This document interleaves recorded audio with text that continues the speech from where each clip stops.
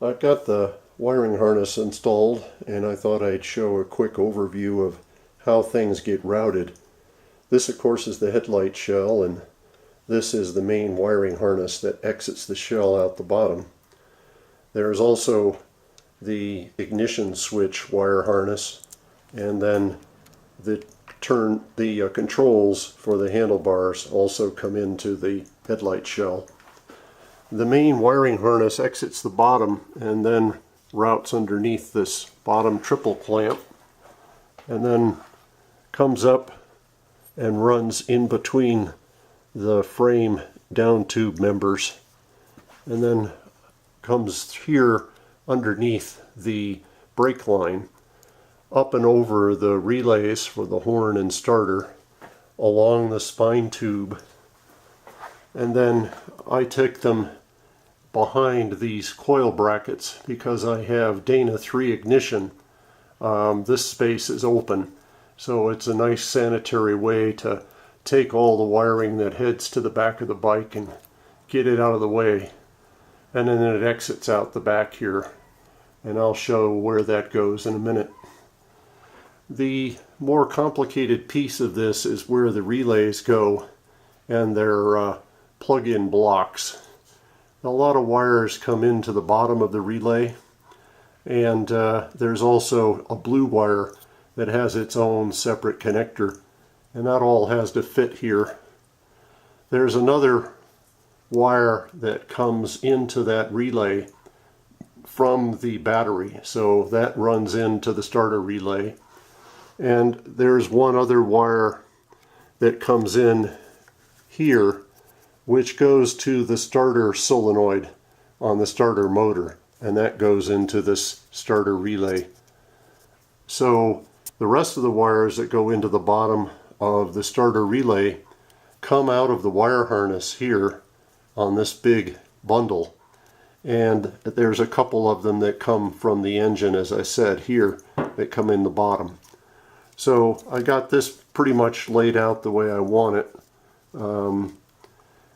There's a short harness that comes here that goes up to the brake fluid reservoir to indicate low fluid, and on the back of the master cylinder there's a switch here, which is the brake light switch, and there's two wires that connect to it, and they come up out of the main wiring harness inside here and loop up and in.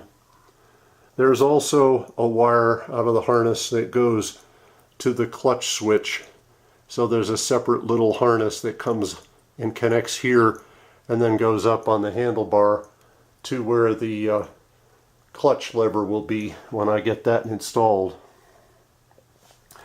There's another fairly good sized harness that breaks out, and this one goes inside the fairing and is powering the voltmeter clock, the turn signals, and the parking light. So there's another small harness that'll plug into this, and this all mounts inside the fairing. So when I get that far, I'll hook up that smaller wiring harness.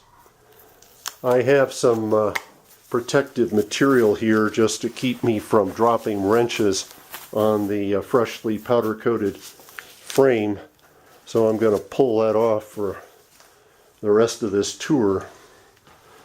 The coils get these two blue-green wires that connect onto this post on the left coil, and then from the Dana 3 ignition there's a red wire that goes on that same terminal, so that's what's coming in down here. If I go over to the other side on the other coil, there's a brown wire from the Dana control module, or the amplifier I should say, that plugs in down here.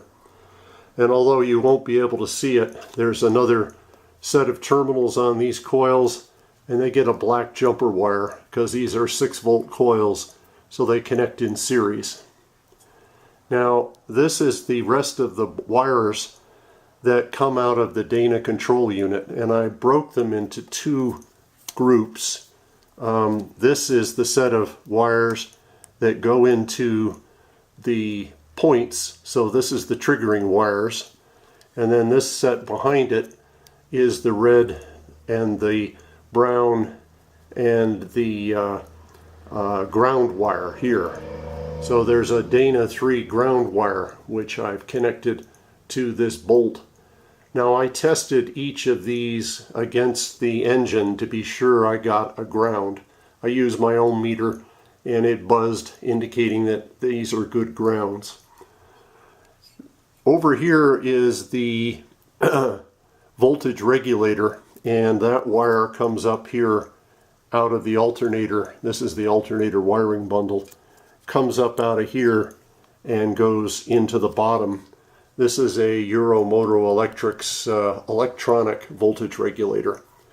And there's one more wire, black one. I think you can see it here. This goes, and it just dead ends behind the Dana 3 coils. It goes to the condenser, but you don't connect that condenser when you're using the Dana 3 electronic ignition.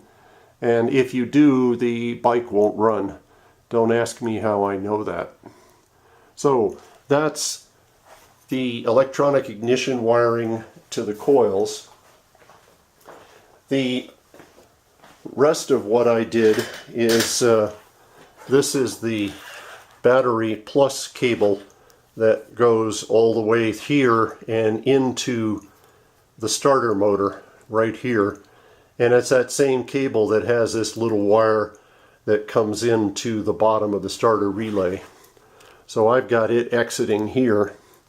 The other thing that's a little bit hard to see is that this bike has a separate wiring harness that goes to the rear of the bike to take care of the turn signals and stop light, brake light. So it actually connects through a little connector, which you may be able to see here.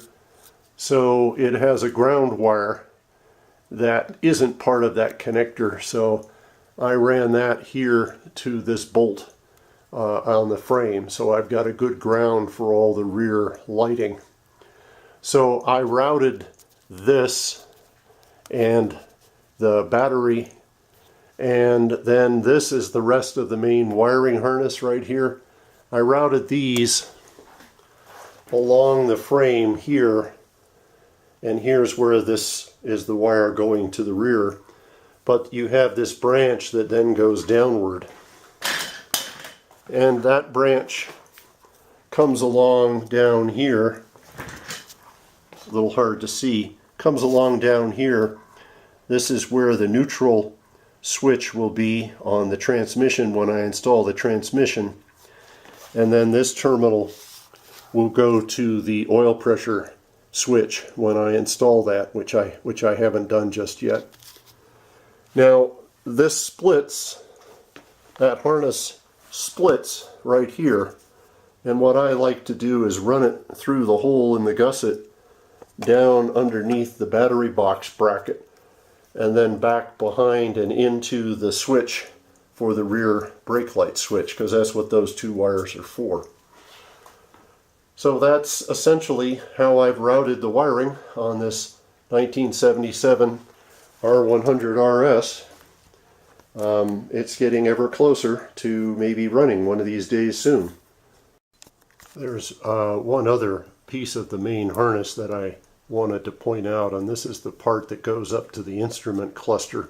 So I'm bringing it around this way, and then it comes up in between the fork tubes and the bracket that holds the headlight. So when it comes time to put the instruments on, it'll plug in like that.